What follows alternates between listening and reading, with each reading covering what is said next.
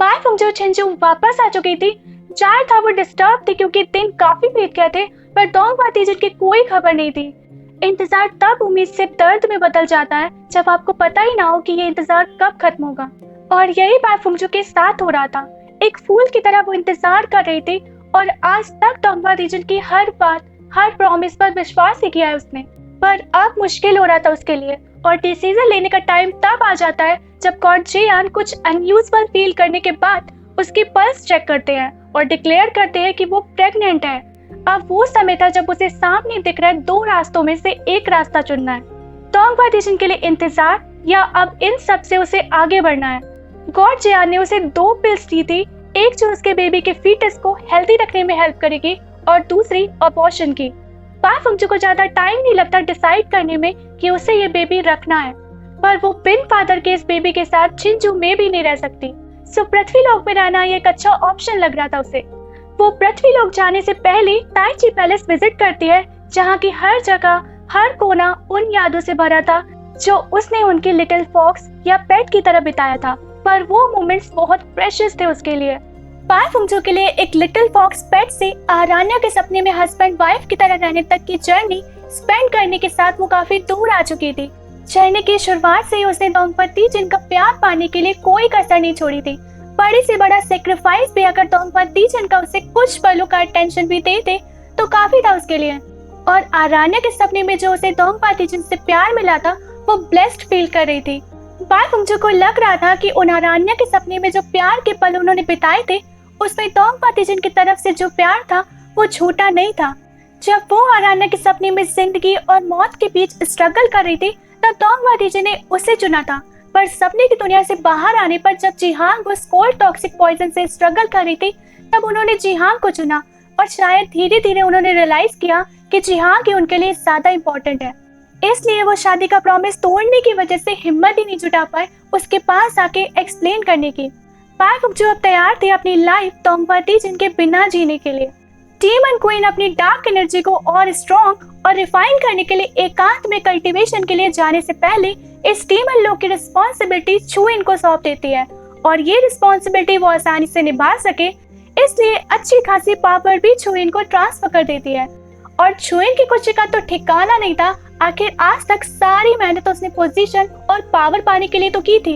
यानची दोंगबा तीजन का message pass on करने के लिए बिहाई सांगलिंग तो आ गया था, बट ऑब्वियसली उसे बाय फंगजो वहां नहीं मिलती, पर उसकी जगह लियांग सोंग से उसकी मुलाकात हो जाती है। और वहीं चोंगलिंग भी सेवर इंजर्ड हुए उन्हें मैसेज देता है कि कुछ बहुत बुरा हुआ है मैजिक वैली में, दोंगबा तीजन को जरूरत है आपकी। वो तीनों वहां टेलीपोर्ट हो जाते हैं। दोंगबा तीजन उन्हें ये खबर देते हैं कि डीमन क्वीन सील से आजाद हो चुकी है, और उसके साथ सील डार्क एनर्जी भी पूरे मैजिक वैली में फैल चुकी है। सो अब यही रास्ता था कि दोंगबा तीजन को मैजिक वैली का एंट्रेंस खोलकर अंदर जाना होगा और हेवन लोक के पवित्र फूलों से डार्क एनर्जी को प्यूरिफाई करना होगा, नहीं तो मैजिक वैली के क्रैक एरिया से ये डार्क एनर्जी लीक होके तीनों लोकों में फैलकर तबाही ला सकती है। और यहाँ यानची को एक हार्ट ब्रेकिंग खबर मिलती है कि शू यांग ऑलरेडी मर चुका है। जैसा यानची का नेचर है वो अपना पेशेंस खो देता है और अपनी तलवार के साथ रेडी हो जाता है कि अब तो वो डीमन क्वीन को अपने हाथों से ही खत्म करेगा। लियांग सोंग उसे सच का आईना दिखाते हैं कि पूरी दुनिया में सिर्फ दोंगबा तीजन ही है जो डीमन क्वीन को हैंडल करने की क्षमता रखते हैं। लियांग सोंग बड़ी मुश्किल से यानची को काम कर पाता है और उसे समझा पाते हैं कि अभी भी सबसे बड़ी हेल्प वो ये कर सकता है कि वो इस मैजिक वैली से लीक हो रही डार्क एनर्जी को बाहर आने से ब्लॉक करे। और यानची शांत होके इसी काम पर फोकस करता है। उसे याद आ रहा था शुयांग का वो आखिरी लेसन कि तलवार बाहर निकालने से कहीं बेहतर है तलवार पीछे लेना। दोंगबा तीजन मैजिक वैली को पवित्र फूलों से प्यूरिफाई करने का ट्राई कर रहे थे, पर डीमन क्वीन के आजाद होने के बाद से डार्क एनर्जी बढ़ती ही जा रही थी, जिसे सप्रेस करना अब इन पवित्र फूलों के बस का नहीं है। अब तो बस इन सब को रोकने का एक ही रास्ता है, दोंगबा तीजन को ये सब हमेशा के लिए खत्म करना होगा। मतलब इस डार्क एनर्जी के साथ डीमन क्वीन का भी अंत अब लिखना होगा उन्हें। डीमन क्वीन पावरफुल और ज्यादा पावरफुल होती जा रही थी। छुइन उसे हर दिन 200 से 300 डीमंस की एनर्जी सब करके ट्रांसफर कर रहा था। यानची को छोड़ के छुइन ने अब बचे हुए डीमंस किंग्स को भी खत्म कर दिया था। इधर बाय फंगजो अपना लास्ट काम पूरा करती है और जो था ये चिंगटे को अपनी हाफ कल्टीवेशन देने का। अब वो बाकी बचा काम गॉड गोजू को ही हैंड ओवर कर देती है कि अब वही ये छिंगते को कल्टीवेट होने में हेल्प करे, उसे पवित्र जेड पूल से नहलाकर उसकी इंसानी लेयर हटाए और उसे हेवन लोक में एक इमॉर्टल रैंक दिलवाए। ये काम सौंप कर अब वो ये छिंगते को लेकर रिलैक्स थी। वो गॉड गोचू को एक चार्म दे देती है जिससे बाई चांस कोई जरूरत पड़ने पर वो उससे कांटेक्ट कर सके, क्योंकि एक बार वो पृथ्वी लोक चली गई तो उस तक पहुंचना आसान नहीं रहेगा। पृथ्वी लोक में आके वो अपने प्रेगनेंसी डेज अपने अनबॉर्न बच्चे के साथ एंजॉय कर रही थी। उसने अपने बच्चे का नामकरण भी अभी से कर दिया था। उसने नाम रखा था गुनगुन। जो आपको नहीं लगता इंडियन बच्चों को भी पेरेंट्स प्यार से ऐसे गुनगुन जैसे नाम देते हैं? मैंने तो गुनगुन जैसे पेट नेम सुने हैं कई बार। यहाँ टाइम बीतते देर नहीं लगती और ड्रामास में तो बिल्कुल नहीं। बाई फंगजू का बेबी अब तक हो भी गया था और इतना बड़ा भी हो गया था कि वो स्कूल तक जाने लगा था। अब यहाँ बाई फंगजू अपने बच्चे गुनगुन को अच्छी बातें सिखा के बड़ा कर रही थी कि अब गुनगुन अपनी माँ को अच्छी बातें सिखा के बड़ा कर रहा था, कहना मुश्किल है। बाई फंगजू का एक काम रोज का हो गया था, वो था इस गुनगुन के बाल को डाई करके ऐसे ही ब्लैक रखना। अब वो है दोंगवा तीजन की देन, तो उसके बाल भी वैसे ही सिल्वर थे और अनयूजुअल नहीं लगे वो इस पृथ्वी लोक के इंसानों को, सो इसलिए बाई फंगजू को भी उसके बालों को डाई करते रहना होता था। बाई फंगजू का इस पृथ्वी लोक में सेट रूटीन है जिसे एज इट इज उसे फॉलो करना होता था। So all in all life boring थी उसकी वहाँ। इधर लव सॉन्ग को दोंगवा तीजन ने छिंजू भेजा था बाई फंगजू से कांटेक्ट करने के लिए, और गॉड जियान और बाई चैन से उन्हें पता लगता है कि वो तो छिंजू में है ही नहीं। अगर बाई फंगजू कहीं रहना चाहती है अपने मन को शांत करने के लिए तो वो लोग उसे रोकते नहीं है। गुनगुन परेशान हो जाता था जब उन्हें टाइम टू टाइम नई जगह शिफ्ट होना पड़ता था और उसे अपने बनाए दोस्तों को अलविदा कहना पड़ता था। पर ये भी जरूरी था, अब साल होने पर भी एक बच्चा उन्हें वैसे का वैसा दिखने में लगे। ना एज में डिफरेंस हो ना पेरेंट्स में। शक तो हो ही सकता है लोगों को कि ये कौन सा अजूबा है। गुनगुन की एक और परेशानी थी कि उसके सभी दोस्तों के माँ के साथ फादर भी हैं, पर वो सिर्फ अपनी माँ के साथ ही क्यों रहता है। बाई फंगजू भी उसे यही कह के मना लेती है कि हम जिस इमॉर्टल लोक से आए हैं वहाँ के बच्चे सिर्फ अपनी माँ के साथ भी रहते हैं, वहाँ फादर होना जरूरी नहीं है। इधर गॉड गोचू के गाइडेंस में ये छिंगते खुद को कल्टीवेट कर रहा था। उसे इमॉर्टल्स के रूल्स रेगुलेशन जीने का तरीका गॉड गोचू ने समझा दिया था।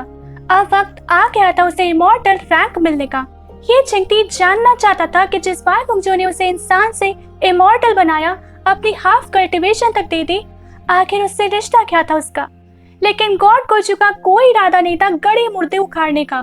सो वो ये छिंगती को भी यही सजेस्ट करते हैं कि जब आप इमॉर्टल बनने के बाद तुम सब कुछ भूल गए हो तो आप बीती बातें और रिश्ते जाने का क्या मतलब है। दोंगवा तीजन जिहांग वाले पॉइजन और लो कल्टीवेशन की वजह से बहुत वीक और इंजर्ड थे और अब हर बार की तरह मैजिक वैली का एंट्रेंस खुद से ओपन होने का समय आ गया था। और मैजिक वैली ओपन होने का मतलब है डार्क एनर्जी को अब तीनों लोगों में फैलने से कोई नहीं रोक सकता। दोंगवा तीजन को बस अब हो उस मैजिकल बैरियर में थी जिसका नाम है स्टारलाइट वार्ड, और स्टारलाइट वार्ड यूज करने से पहले दोंगवा तीजन को मैजिक वैली को ओपन होने से रोकना होगा और उसे सील करना होगा। और ये काम करने की पावर सिर्फ दोंगवा तीजन के बर्थ प्लेस बिहाई सांगलिंग में है। पर ये जगह जहाँ दोंगवा तीजन ने जन्म लिया था, जहाँ वो बड़े हुए कल्टीवेट हुए, सो ये जगह दोंगवा तीजन की लाइफ से जुड़ी हुई है और यहीं से ही दोंगवा तीजन को उनकी इमॉर्टल लाइफ मिलती है। अगर इसी वे में कहूँ तो बिहाई सांगलिंग का अस्तित्व दोंगवा तीजन से जुड़ा है और दोंगवा तीजन का अस्तित्व बिहाई सांगलिंग से जुड़ा है। सो बिहाई सांगलिंग को यूज करना मैजिक वैली की डार्क एनर्जी को सील करने के लिए, मतलब दोंगवा तीजन खुद की जान रिस्क पे डाल रहे हैं और ऊपर से सबसे खतरनाक स्टारलाइट वार्ड। और एक बार स्टारलाइट वार्ड सेट हो गया तो फिर बचना नियर इम्पॉसिबल है। पर तीनों लोगों की सेफ्टी और डीमन क्वीन का खात्मा अब दोंगवा तीजन पर ही टिका हुआ है और वो एक सुप्रीम गॉड है, अपनी रिस्पॉन्सिबिलिटी से पीछे नहीं हट सकते। पर इस काम के लिए आगे बढ़ने से पहले जहाँ उन्हें अपनी मौत साफ दिखाई दे रही है, वो बस एक आखिरी बार अपनी शाबाई बाई फंगजू को देखना चाहते हैं। लंग संग उन्हें मिलाने के लिए रास्ता निकालता है और गॉड गोचू से कहकर बाई फंगजू को उस चार्म के थ्रू मैसेज भेजकर कि उन्हें ये छिंगते के लिए जरूरी मदद चाहिए, बाई फंगजू को वापस बुला लेते हैं। दोंगवा तीजन ने पवित्र लोटस बॉन्ड सील कर दिया था इस ऑर्डर के साथ कि बाई फंगजू आके इसे अनसील कर सकेगी। बाई फंगजू उस लोटस बॉन्ड को अनसील करके ये छिंगते की इंसानी लेयर हटाने का प्रोसेस पूरा करती है। वो समझ जाती है कि ये सब दोंगवा तीजन के कहने पर ही हो रहा है। सो वो ताइची पैलेस आ जाती है दोंगवा तीजन से मिलके सवाल करने कि अब वो उससे मिलना क्यों चाहते हैं। अदर साइड डीमन लोग में यांची छुइन को इतना प्रेशराइज कर देता है कि वो ये बात उगल देता है कि हाँ, मैं बस चाहता हूँ कि दोंगवा तीजन और वो डीमन क्वीन एक दूसरे से लड़ भिड़ कर खत्म हो जाए और फिर उसके बाद डीमन क्लान का ही शासन होगा पूरी दुनिया में और मैं बनूंगा उन पे राज करने वाला। छुइन नहीं जानता था कि वो ये सब कह के अपनी मौत बुला रहा है, क्योंकि ये सब यांचे की चाल थी। वो जानबूझकर ये बात छुइन के मुंह से उगलवा रहा था, क्योंकि उसे पता था कि डीमन क्वीन वहां मौजूद है। और बस फिर क्या था, छुइन के ये इरादे जानने के बाद छुइन एक सेकंड में डीमन क्वीन के हाथों राख में बदल जाता है। यांची डीमन क्वीन से रिवील करता है कि उसे दोंगवा तीजन का एक सीक्रेट पता है, जिससे दोंगवा तीजन इंजर्ड होने के बाद भी पावरफुल होते जा रहे हैं। थोड़ा रियलिस्टिक लगने के लिए वो तुरंत ये सीक्रेट नहीं खोलता, पहले वो दोंगवा तीजन को लेकर अपनी नफरत उसके सामने रखता है, जिससे पूरी तरह से डीमन क्वीन को उस पर विश्वास हो जाए। डीमन क्वीन का विश्वास जीतकर वो ये बात बताता है कि जब वो मैजिक वैली में बाय एक्सीडेंट एंटर कर गया था, तब उसे फील हुआ था कि उसकी पावर कई गुना बढ़ गई है और बाद में उसे पता चला कि मैजिक वैली में ही डार्क और स्पिरिचुअल एनर्जी का ऐसा कॉम्बिनेशन है जो गॉड और डीमन दोनों की पावर को तेजी से इंक्रीज कर सकती है। अब दोंगवा तीजन की पावर बढ़ने का ये सीक्रेट जानने के बाद वो भी यांची को मैजिक वैली ले जाके ऑर्डर करती है कि वो मैजिक वैली का इंटरेस्ट खोले। वो भी अब मैजिक वैली में कल्टीवेट होके अपनी पावर बढ़ाएगी। यांची यही तो चाहता था, सो वो इंटरेस्ट खोल देता है और डीमन क्वीन को मैजिक वैली में ट्रैप कर देता है।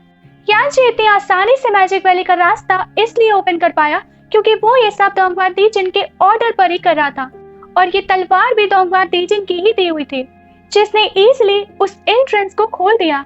डीमन क्वीन को अभी तक कुछ पता नहीं था, वो अपनी मैजिक वैली में कल्टीवेट करना स्टार्ट करती है।